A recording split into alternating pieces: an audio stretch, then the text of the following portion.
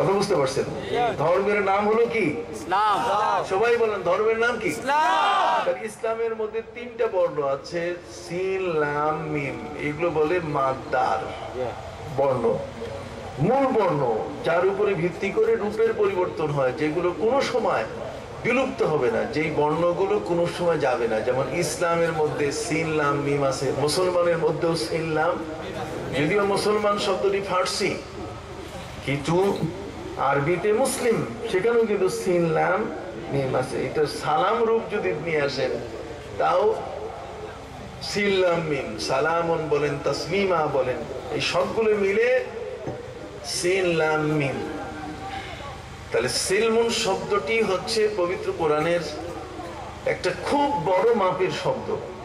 আল্লাহ নিজেই বলছেন, ইয়া আইয়ুহাল্লাযীনা আমানু দুখুলু ফিস সিলমে কাফা ওয়ালা তাত্তাবিউ খুতুওয়াতিশ শাইতান ইন্নাহু লাকুম আদুউম মুবিন। আল্লাহ বলছেন তোমরা ইসলামের মধ্যে পুরোপুরি প্রবেশ করো। সিন লাম মিম এই তিনটা অক্ষরের যে অর্থ, এই পুরো অর্থটা যেন তোমাদের ভিতরে পাওয়া যায়। তোমরা এই তিনটি বর্ণের যে অর্থ তৈরি হয়, সম্মিলিত যে অর্থ তৈরি হয়, সেই অর্থটার মধ্যে যেন কোনো ত্রুটি না হয়, পুরোপুরি তোমরা প্রবেশ করবে। হাতটা তোমার মুসলমান, পা তোমার মুসলমান, কিন্তু মাথা মুসলমান না। তুমি দাবি করো আমি সবকিছুতে মুসলমান, কিন্তু মুখটা মুসলমান না, তাহলে তাকে মুসলমান বলা যাবে না। নবী করিম সাল্লাল্লাহু আলাইহি ওয়াসাল্লাম আল মুসলিমু মান সালিমা আল মুসলিমুনা মিন লিসানি ওয়া ইয়াদি বলে মুসলমানের পরিচয় তিনি তুলে ধরেছেন।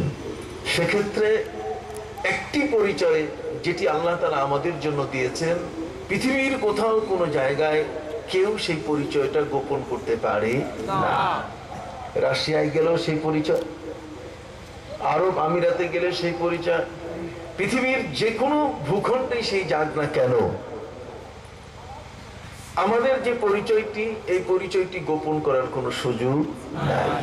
ব্যবসায়ী তার ব্যবসার পরিচয় গোপন করতে পারে, শিক্ষিত ব্যক্তি তার শিক্ষার পরিচয় গোপন করতে পারে, সমাজসেবী ব্যক্তি তার সমাজ সেবার কোনো কোনো বিষয় সে গোপন করতে পারে।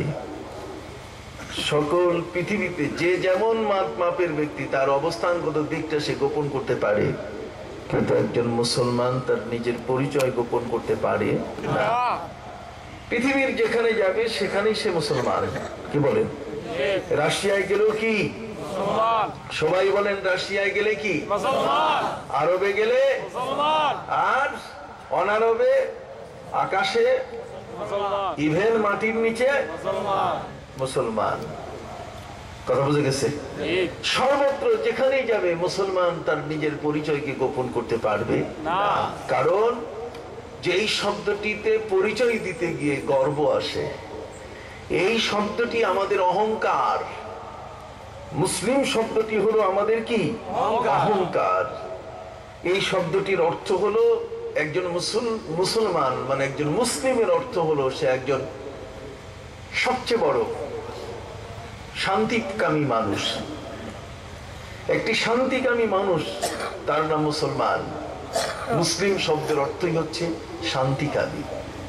অতএব এই মুসলমান মানুষটি সে শান্তি চায়, ন্যায় চায়, সুবিচার চায়, কল্যাণ চায়, পরোপকার চায়।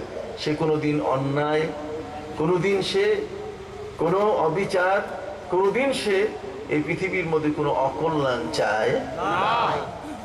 এ কারণে মুসলমান মানুষের সাধারণ একটি পরিচয়, যেটা বলে থাকি আমি বারবার, যে একটা গাছের নিচে যদি কোনো একজন মুসলমান দাঁড়ায়, তাহলে ওই গাছটা আল্লাহর কাছে প্রার্থনা করে যে আল্লাহ এই মুসলমান মানুষটি যেন দীর্ঘ সময় পর্যন্ত আমার ছায়ার নিচে দাঁড়ায়।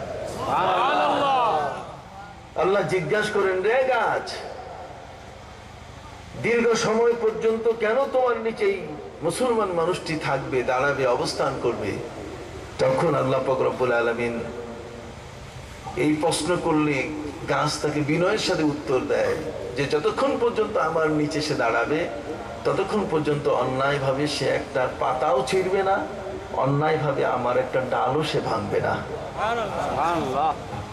একজন মুসলমান অন্যায় ভাবে একটা গাছের পাতাও ছিঁড়বে না, অন্যায় ভাবে একটা গাছের ডালও ভাঙবে না। এই মুসলমান আজকে খুঁজে বেড়াচ্ছে জাতিসংঘ, জাতিসংঘের শান্তি রক্ষা মিশনে আজ পৃথিবীতে সবচেয়ে বেশি চাহিদা মুসলমানের। কেননা অশান্ত দেশগুলোতে, যেমন সোমালিয়া, যেমন আফগানিস্তান, যেখানে আইন শৃঙ্খলা পরিস্থিতির অবনতি, যেখানে মানুষগুলো সম্পূর্ণ বেপরোয়া, এই মানুষগুলোর মধ্যে শান্তি প্রতিষ্ঠা করার জন্য পৃথিবীর বিভিন্ন দেশ থেকে যেই সৈন্যগুলো আজকে সেখানে যোগদান করছে, এই সৈন্যদের মধ্যে মুসলমান ছাড়া যারা, তারা মদ খায়, তারা আইন শৃঙ্খলার পরিস্থিতির অবনতি হওয়ার কারণে তারা নারীর ইজ্জত লোপাট করে, ওরা মারামারি করে, তাস খেলে, জুয়া খেলে, ওরা হানাহানি, কাটাকাটি, নানা ধরনের লুট ছবি এনজয় করে। রাত ভর ওরা ডিশ এন্টিনার মাধ্যমে এই ধরনের বাজে ছবিগুলো দেখে দেখে গোটা রাত কাটিয়ে দেয়। পরদিন বেলা 12টার আগ পর্যন্ত তাদের ঘুম ভাঙে না। ফলে এরা শান্তি প্রতিষ্ঠা করতে যাইয়া অশান্তির সৃষ্টি হয়। কিন্তু মুসলমান সৈন্য যারা, তারা এশার নামাজের পরে ঘুমায় পড়ে আর ফজরের নামাজের সময় উঠে। সুবহানাল্লাহ। এরা মদ খায় না, তাস খেলে না, এরা নারীর ইজ্জত লুপাট করে না। আইন শৃঙ্খলা পরিস্থিতির অবনতি হওয়ার কারণে এদের দ্বারা কোনো অন্যায় অপরাধমূলক কাজ সংগঠিত হয় না। যে কারণে আজ জাতিসংঘে সবচেয়ে বড় চাহিদা কার? মুসলমানের। সেই মুসলমান মানুষটা এই পৃথিবীর মধ্যে একজন মডেল হওয়ার সবচেয়ে বড় যেই পেছনে কারণটা, সেটা হলো সেই প্রিয় নবী মুহাম্মদুর রাসূলুল্লাহ সাল্লাল্লাহু আলাইহি ওয়াসাল্লামের একজন উম্মত। বিশ্বনবী মুহাম্মদুর রাসূলুল্লাহ সাল্লাল্লাহু আলাইহি ওয়াসাল্লাম এই পৃথিবীর মানুষের জন্য তিনি রাহমাতুল লিল আলামিন হয়ে আগমন করেছেন। এমন একটি সময় ছিল যে সময়ের মধ্যে মানুষের মধ্যে কোনো মনুষ্যত্ব ছিল না, মানবতা ছিল না, মানুষের মধ্যে না ছিল কোনো সম্প্রীতি, সৌহার্দ্য, সম্প্রীতি, কোনো ভালোবাসা।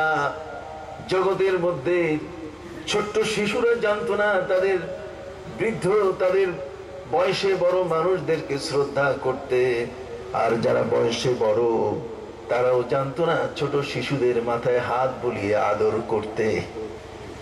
ছোট্ট শিশুদের মাথায় হাত বুলিয়ে আদর করা যেমন তারা জানতো না। ভাইরা আমার, আমার নবীজি প্যারা নবী রাসূল করিম সাল্লাল্লাহু আলাইহি ওয়াসাল্লামের সঙ্গী হলেন হযরতে জাবির ইবনে আব্দুল্লাহ রাদিয়াল্লাহু তাআলা আনহু। নবীজি তাকে নিয়ে নিজের ছেলে ইব্রাহিম যেখানে লালিত হচ্ছিলেন, ইব্রাহিমের লালনের জায়গা ছিল ইউসুফ নামে একজন কামার, যিনি লোহা পিটিয়ে পিটিয়ে দা তৈরি করতেন। আমার নবীজি হযরতে জাবির ইবনে আব্দুল্লাহকে বললেন, চলো, আমার ছেলে ইব্রাহিম ইউসুফের ঘরে লালিত হচ্ছে, চলো সেখানে গিয়ে তাকে একটু দেখে আসি।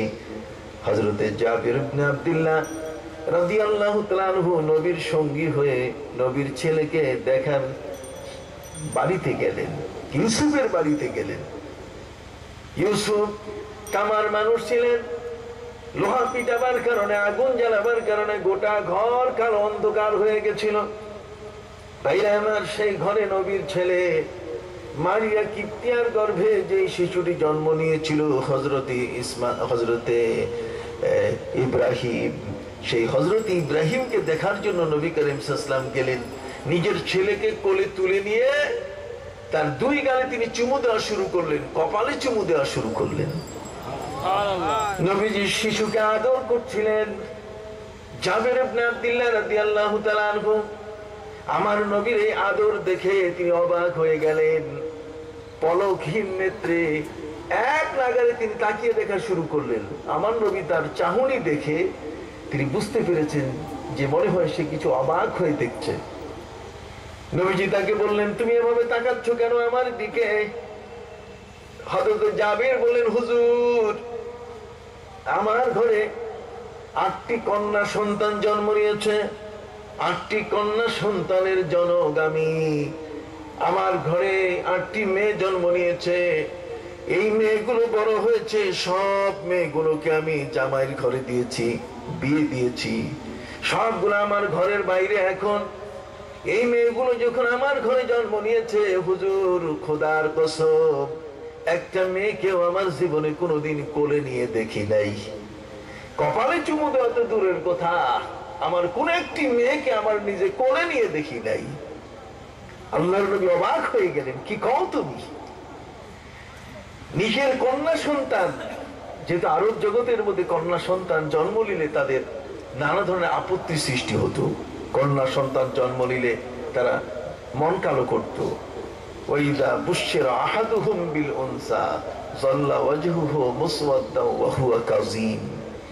ভাইরা আমার, এই বিশ্ব জগতে আমার নবী আগমন করে তিনি শেখালেন ছোট্ট শিশুকে কেমনে আদর করতে হয়। নবীজি বলে দিলেন, রে জাবের, মাল্লা